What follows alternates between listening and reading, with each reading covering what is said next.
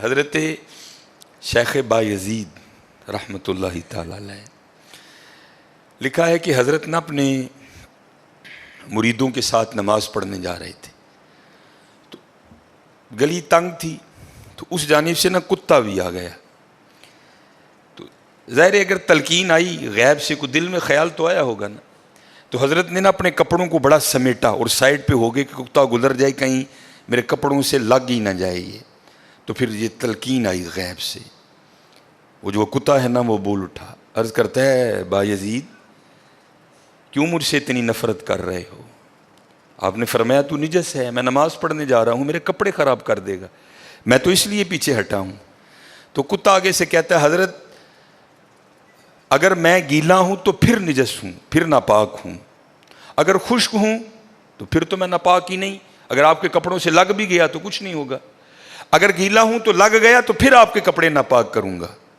لیکن پھر بھی میری ناپاکی ایسی ناپاکی ہے کہ 3 بار کا جو پانی ہے وہ اس ناپاکی کو دور کر دے گا.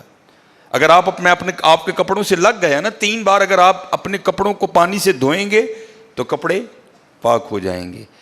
لیکن بایزید کبھی تو نے اپنی ناپاکی پہ غور کیا؟ میری ناپاکی تو وہ ہے جس کو 3 پانی دور کر دیتے ہیں, لیکن تیری ناپاکی تو وہ ہے جس کو 7 سمندروں کا پانی بھی نہیں دھو سکتا. جا جا کے پہلے اپنی ناپاکی دور کر. ہاں حضرت یہ اندر کی ناپاکی. اور کیونکہ بات ان سب بابوں کی ایک ہوتی ہے, انداز جدا ہوتے ہیں, تو پھر یہی بات حضور بلے شاہ رحمۃ اللہ تعالیٰ نے کس طرح لکھی. آپ فرماتے ہیں پھلاں دا تو عطر بنا, پھلاں دا تو عطر بنا, عطر دا پھر تو کڈ دریا, دریا وچ پھر تو ڈبکیاں لا. ذرا بات کی گہرائی تک جانا. حالا عطر کیا ہے؟ تھوڑا سا شیشی پہ لے کے اپنی ہتھیلی پہ لگایا, اس طرح کر کے جسم پہ لگا دیا, جہاں سے گزرو گے وہاں سے بھی پتہ چلے گا اس بندے نے عطر لگایا ہے. اگر تھوڑی امپورٹڈ شیشی ہے تھوڑا سا خود پہ سپرے کر لو, جہاں سے گزرو گے وہاں سے بھی پتہ چلے گا کہ اس نے عطر لگایا. عطر تو اتنا سا بھی ہو تو وہ بو کو دور کر دیتا ہے, ختم کر دیتا ہے وہ.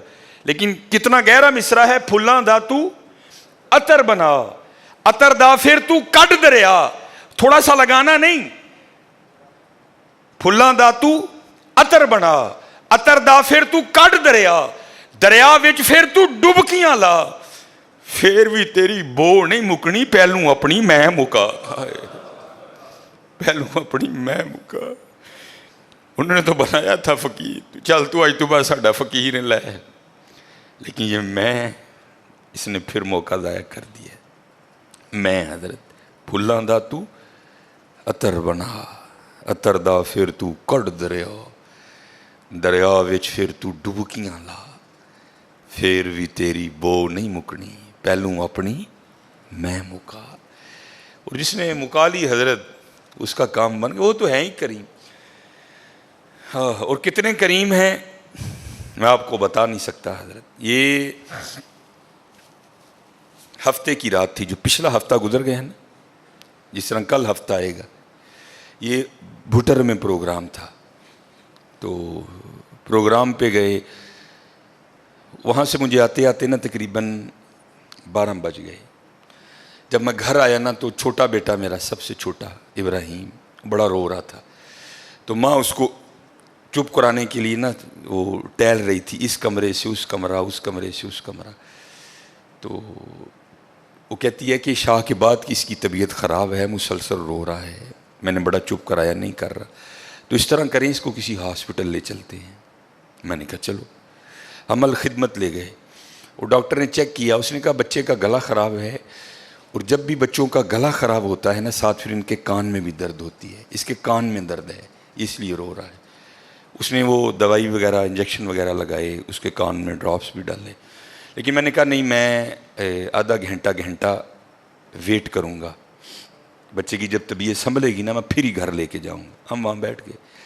خیر بچے کی طبیعت سنبھل گئی, ہم لے کے نا گھر آ گئے. اب ظاہر ہے بچے کی طبیعت خراب تھی, اس کی ماں نے عشاء کی نماز نہیں پڑھی تھی, میں نے فرض اور سنتیں پڑھ لی تھی, وتر اور نوافل میں نے بھی نہیں پڑھے تھے. وہ بچہ سو گیا, ہم نے اس کو چارپائی پہ لٹایا, آگے میں نے نماز شروع کر دی, میرے پیچھے میرے بیٹے کی ماں نے نماز شروع کر دی. اب میری وطروں کی نا دوسری رکعت تھی, ظاہر ہے ماں بھی یہاں ہی ہوگی, وہ فرض پڑھ رہی تھی، میں وطر پڑھ رہا تھا، یا اس کی تیسری رکعت ہوگی یا اس کی بھی دوسری ہوگی یا چوتھی ہوگی. اب اس کی نا آنکھ کھل گئی، اس نے بڑی شدت سے رونا شروع کر دیا. تو ہر مسئلے کی روح سے آپ نماز توڑ سکتے ہیں، کیونکہ وہ چارپائی سے بس گرنے ہی والا تھا. دودھ ابل رہا ہے، بی بی نماز پڑھ رہی ہے، نماز توڑ کے دودھ بچائے. کوئی کنویں میں گر رہا ہے، نماز توڑ کے اس کو بچاؤ. پہلے توڑ سکتے تھے، لیکن میں نے کہا نہیں، میں نہیں توڑنی. کوئی بات تھا نا حضرت، محبت تو تھی اولاد کی لیکن دل تھوڑا سخت. لیکن ادھر کیا تھا؟ ادھر ماں تھی حضرت. اس نے کیا کیا؟ اس نے نماز توڑ کے نا بچے کو جا کے چارپائی سے اٹھا کے سینے سے لگا لیا. اب میں نے وطروں کی تیسری رکعت پڑھی تو میں مصلی پہ بیٹھ کے نا میں رو پڑا. ہائے، نبی علیہ السلام نے کیا فرمایا کہ اللہ جل شانہ بندے سے 70 ماؤں سے بڑھ کے پیار کرتا ہے. یار اگر ایک ماں کی محبت یہ ہے تو پھر اس کی محبت کیا ہوگی حضرت؟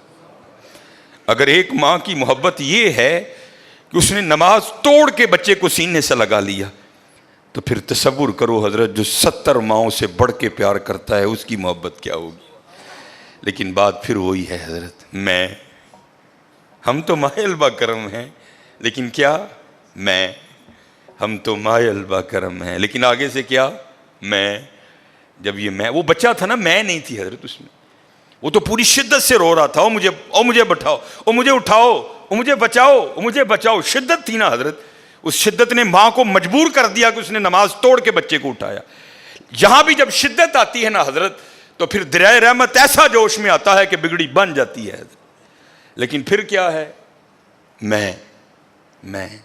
ہم تو مائل با کرم ہیں، کوئی سائل ہی نہیں.